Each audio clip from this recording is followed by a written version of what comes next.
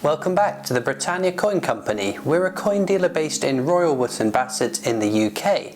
Today we're going to be looking at the coins of Queen Anne, a ruler who saw the creation of Great Britain and was served by a very notable master of the mint. We start with a 1703 silver crown. Now, Queen Anne had ascended to the throne the year before, succeeding her brother-in-law, King William III of England, or II of Scotland. He had ruled as a co-monarch, along with Queen Anne's sister, Queen Mary II. Anne would reign for 12 years, and though often overlooked as a monarch due to her persistent ill health and shyness, she oversaw significant changes which would forge the country we know today. On the reverse or tail side of this coin, you can see 4 crowned cruciform shields bearing the national emblems of England, Scotland, Ireland and France. Although never a ruler of France herself, this would remain as part of the royal arms until George III abandoned his predecessor's ancient claims to the throne in the early 1800s. Additionally, the text around the coin translates as Queen of Great Britain, France and Ireland. At the centre of the design you can see a garter star, a really nice intricate bit of detail to the coin. If we return to the obverse or head side, we see the portrait of Queen Anne. This is her first portrait, and although another would be used on her coins, her portrait is largely unchanged throughout her reign. What is more interesting on this coin though is the wording to the bottom right. You can see it says Vigo. 1702 was right at the start of the Spanish War of Succession, triggered by the death of King Charles II of Spain without an heir. He had appointed Philip of Anjou his successor, but Philip just happened to be the grandson of King Louis XIV of France. With Spain and France being the dominant powers in Europe and across the world with their empires, it was feared that allowing Philip to inherit the throne would tip the balance of power too far in the wrong way, and so the War of Succession would begin in 1701 and continue until 1714. During this time there were many battles, including the Battle of Vigo Bay in 1702. The Spanish treasure fleet had arrived in Vigo Bay. This fleet of ships transported goods and precious metals from across the Spanish Empire. It had just returned from the Americas and was laden with silver and other goods. This ended up being a great victory for the Grand Alliance, with the French support ships being destroyed or captured, as well as the Spanish ships. They captured the goods, including around 2,000 kilos of silver. The silver was then used to mint British coins and had the word Vigo as part of the design to show off their success. Interestingly though, more coins were struck than would have been possible with the amount of silver that was actually captured, as a lot of it had already been offloaded, so perhaps some propaganda by the Grand Alliance to boost morale in the early years of the war. The second coin I have here is a silver half crown. There are some subtle changes in the design which reflect a much larger change within Queen Anne's kingdom.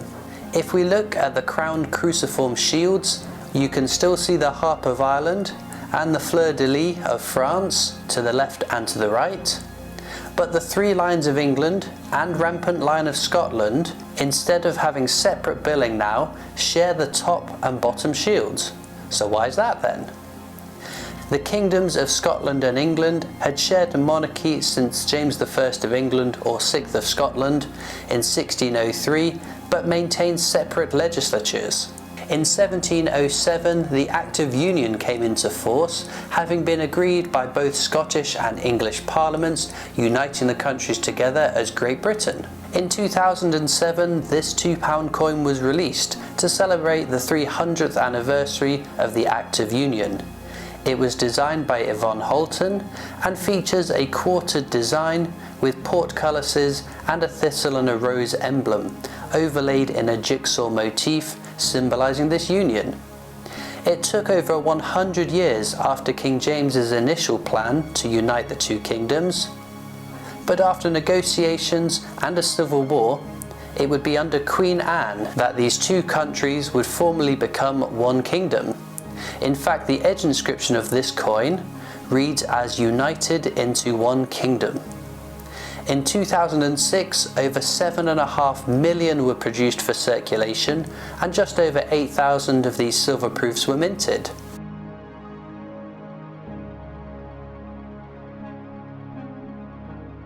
We're going to return back to 1708 again. If we look now at the obverse of this coin, we can see the second portrait of Queen Anne. A lot of the finer detail remains on this coin, especially in her hair and her dress. Queen Anne's reign would end in 1714, and despite many pregnancies, she was not survived by an heir.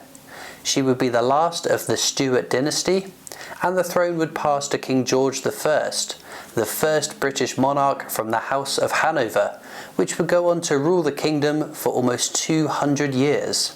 Now, the Act of Union, in addition to bringing Scotland and England together politically, also required the creation of a common currency. The man who would oversee this in his capacity as Master of the Mint was one Sir Isaac Newton. In 2017, this 50 pence was released to celebrate his legacy. It was designed by Aaron West, who was also behind the Great Fire of London £2 coin. The design was based upon elements of Proposition 11 in Book 1 of Newton's Principia Mathematica. The Sun lies at the focal point of 3 ellipses representing the orbit of different planets. The design was also voted as 2017's Coin of the Year. Isaac Newton is considered one of the greatest mathematicians and scientists of all time. He formulated the laws of motion and universal gravitation, which dominated the scientific viewpoint until the theory of relativity in the early 1900s. In later life, Newton became the Master of the Mint in 1696 and oversaw the new coinage of Queen Anne when she became Queen, and then subsequently the recoinage of Scotland. He had previously overseen an overhaul of England's currency, which had been wholly mismanaged and was rife with fraud. His appointment to the Royal Mint had been intended to be symbolic, but he took the matter seriously and would create the foundation of precision and accuracy that keep the Royal Mint as one of the world's leading mints even to this day. His work created coins which got harder and harder for counterfeiters to copy, and then went on the attack, bringing these criminals to justice, often rooting them out and prosecuting offenders himself. After years of work, he would accept no criticism of the Royal Mint's coins, and in 1710, at the trial of the Picts, whereby an independent jury weighs and examines a selection of the coins, it was deemed that the gold in Newton's coins was not correct. He flew into a rage, refusing to accept that the problem was his coins, instead suggesting it was the fault of the trial plate, which was being used to measure them. He proved his point, the plate was replaced, but not before he had to be carried out of the ceremony. Isaac Newton, who would be knighted by Queen Anne, is still revered at the Royal Mint, and of this coin just under 5,000 silver proofs were minted and just over 1.8 million base metal coins went into circulation. Another modern release commemorating Queen Anne is this £5 coin, who also created £5 coins for the 90th birthday of Prince Philip, as well as the wedding of Prince William and Catherine Middleton, to name a few of his designs. It features the portrait of Queen Anne within a full decorative style of the royal arms. The coin commemorates the 300th anniversary of her death. Queen Anne was portrayed by Olivia Colman in the 2018 film The Favourite. The film centres around the cousins Sarah Churchill and Abigail Masham, two women vying to be Queen Anne's favoured courtier. Sarah Churchill was married to John Churchill and were the Duke and Duchess of Marlborough, and his time commanding British forces in the Spanish War of Succession maintains his position as one of Britain's greatest commanders. As part of his reward, land and finances were given by the Queen to create what is now Blenheim Palace in Oxfordshire. Although the infighting of the Queen's courtiers and eventual falling out with the Churchills halted the progress when they went into exile onto the continent and wouldn't return to complete the project until after Queen Anne's death. On the obverse of the coin, we can see the fourth portrait of our current Queen, Queen Elizabeth II, as designed by Ian Rank Broadley. This makes this coin rather fascinating, being one of a few to feature two of our queens on one coin, so perhaps making it a poor choice to flip for heads or tails. Of this silver-proof coin, there were just under 3,000 minted. Well, there we go, some fascinating coins from the reign of Queen Anne, and some modern releases to commemorate some of the important events that happened while she was ruler. Do let me know down in the comments which is your favourite coin that we featured here. As ever, there are links down in the description to our product offerings if you'd like to look at more detail of the coins that I featured in today's video, or would like to make a purchase for your own collection. Be sure as well to hit that subscribe button. It's free to do and means you won't miss any of our future uploads. You can also follow us on Facebook and Instagram, where we post lots of pictures of our coins. We're also on Twitter and TikTok. We've got our shop and online store, but I'll see you next time for more amazing coins from the Britannia Coin Company.